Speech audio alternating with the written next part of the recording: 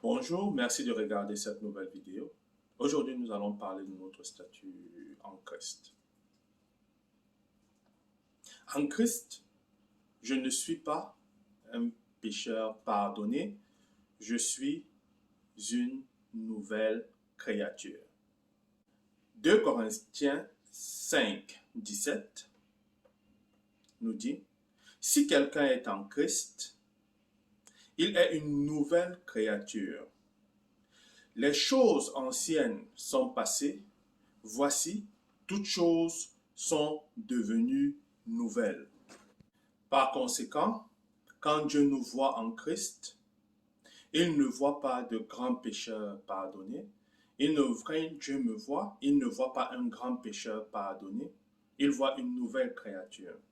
Simplement pour mentionner et souligner le fait que Dieu ne se rappelle pas de nos iniquités passées, il ne se rappelle pas de nos manquements, il ne se rappelle pas de nos échecs. Il n'a pas gravé tout ce que nous avons pu faire à l'encontre de sa parole sur de la pierre. Donc, une fois que nous sommes en Christ, nous sommes de nouvelles créatures et toutes ces choses sont passées. En plus, en nous considérant comme étant des pécheurs pardonnés, nous prétendons que nous n'avons pas changé. C'est-à-dire que nous sommes toujours morts spirituellement et que le sacrifice de Christ ne nous a pas amenés à la vie.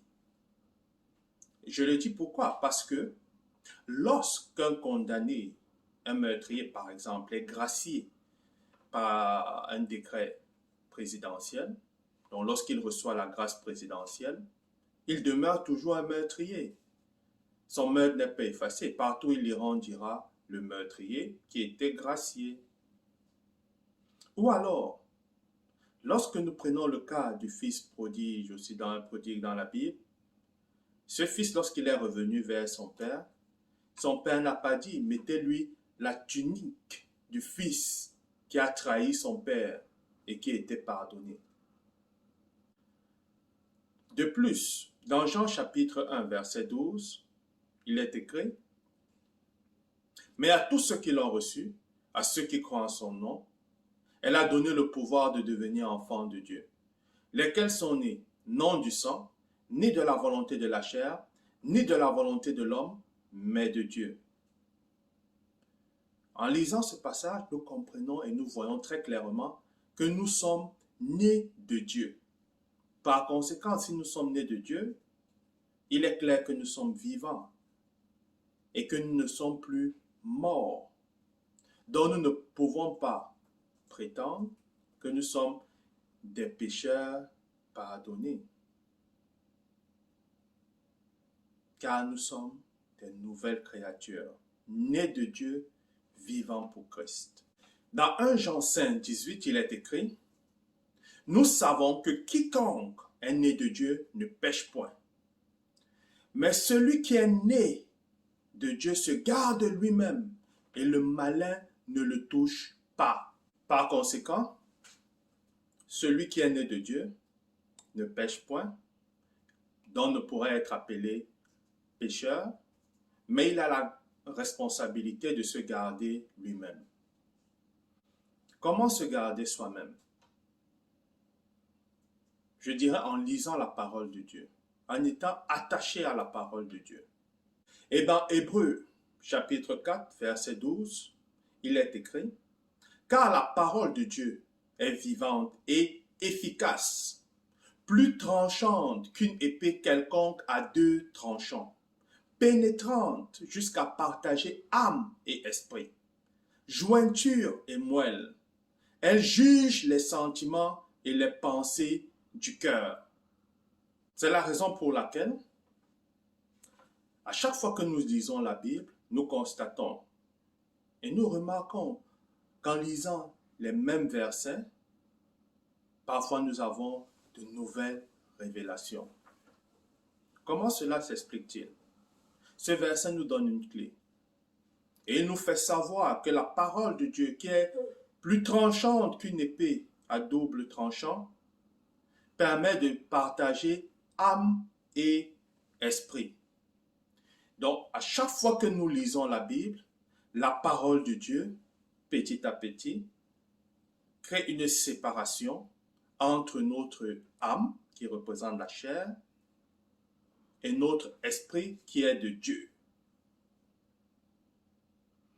Par conséquent, lorsque nous reviendrons relire le même verset, après avoir, disons, lu plusieurs autres, après nous être laissés transformer par ce que nous avons lu dans la parole de Dieu,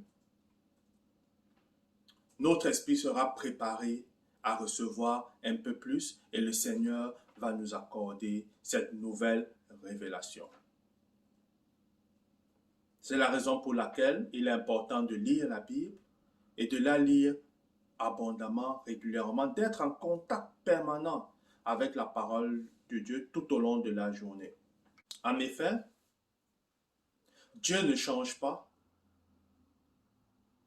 La parole de Dieu ne change pas, mais c'est nous qui changeons.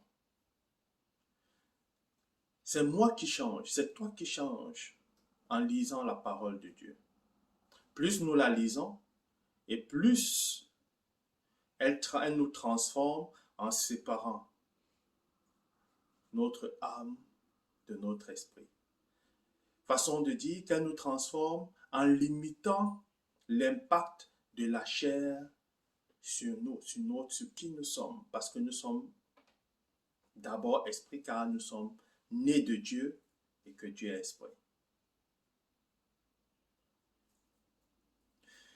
J'espère que ce partage te bénit, que le Seigneur te bénisse abondamment. Prions. Seigneur, je prie, te suppliant de permettre que chacun d'entre nous reste accroché à ta parole. Lise ta parole et reçoive de nouvelles révélations selon ses besoins. À chaque fois que nous la lirons. Et que chacun d'entre nous soit transformé de plus en plus à la ressemblance de Christ. Au nom de Jésus-Christ. Amen. Sois béni. Au revoir.